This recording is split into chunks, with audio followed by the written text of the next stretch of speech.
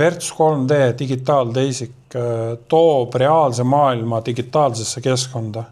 Lahenduses ühendatakse satelliitinfo, hoonete 3D andmekihid, tänavad ja maastiku info.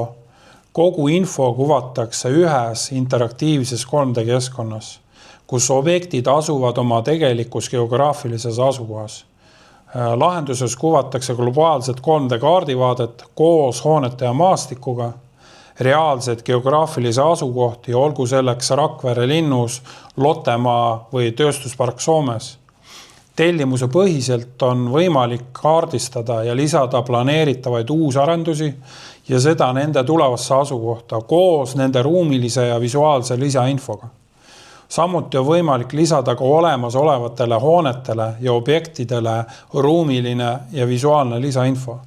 Lisainfo alla kuuluvad nii interaktiivsed infopunktid, dokumendid, pildid, videod, lingid ja loomulikult ka objektides teostatud premium virtuaaltuurid.